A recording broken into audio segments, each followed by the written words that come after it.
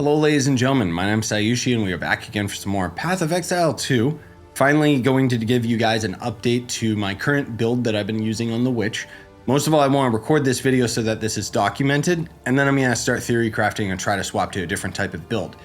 I don't watch any other people's videos. I don't have any experience with Path of Exile 1, so my builds are kind of all over the place, but I'm starting to get the hang of the game, and I am very happy to report that this corpse build is extremely easy to build and works with tier 15 maps. Yay! I've actually been able to handle like pretty much everything in the end game. Now that said, I will say it's not the fastest clear time, and when I'm fighting bosses, depending on the boss, it can be quite problematic.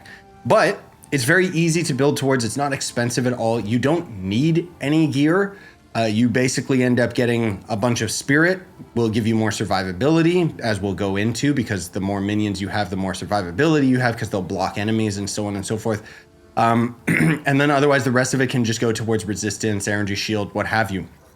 The main unique that I would recommend, if you can get your hands on it, is going to end up being the Enazune's charge, because this is going to end up having a 25% chance not to consume a corpse, which will stack with the support gem that also has another additional 25% chance. And then there's a node in the skill tree. So I actually have 75% chance right now not to consume a corpse, but it is by no means required to have this unique for this build to end up working. And none of the other gear really matters. I'm just rocking Magic Find. So going into the actual skill gems themselves, you'll notice the only ability I have on my hotbar is going to be Volatile Dead, and I'm on mouse and keyboard right now, so it doesn't actually have my other skill, which is Vulnerability.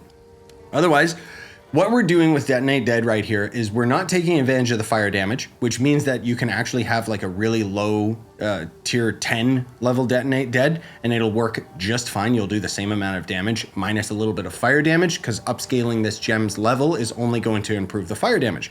And then we end up having Spell Echo, Corpse Conservation, and Considered Casting.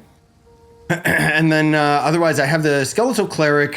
These support gems don't really matter that much. It's most of all just so that we've got two of these guys protecting our brutes, which the Skeletal Brutes, I have this fully qualitied, which means they have 25% or 20% more max life, and then a bunch of our support gems that kind of sustain that extra life.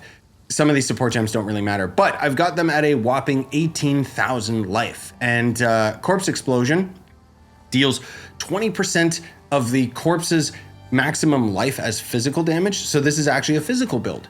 Now, with that said, this physical damage doesn't scale off of anything in the skill tree, because it's just the raw damage of the Corpse Explosion, which means that this does kind of have a ceiling. But if you can kill enough of your brutes that you can kill a singular enemy in the higher tiered maps, usually they'll have way more health, and then you can blow that corpse up.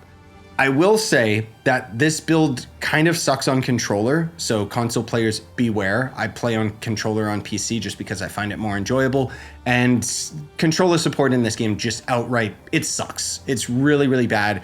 The targeted casting, whether you're using focused casting or not, is awful for Corpse Explosion, because the game just doesn't know what to select for the nearest corpse. It doesn't prioritize the corpse closest to the nearest enemy, unfortunately for me. So the main reason why this build works is because Sacrifice obviously makes it so that we can sacrifice our skeletal minions. And then otherwise, Vulnerability can kind of come in clutch a little bit, because again, we are dealing physical damage, so we want to break through that armor. Of course, there are probably other things that you could do that would make this a little bit better, but the extra spirit that I have goes towards Grim Feast, which I would say is mandatory for survivability, and Ghost Dance, which doesn't really matter that much. I just kind of have it just for the sake of having it.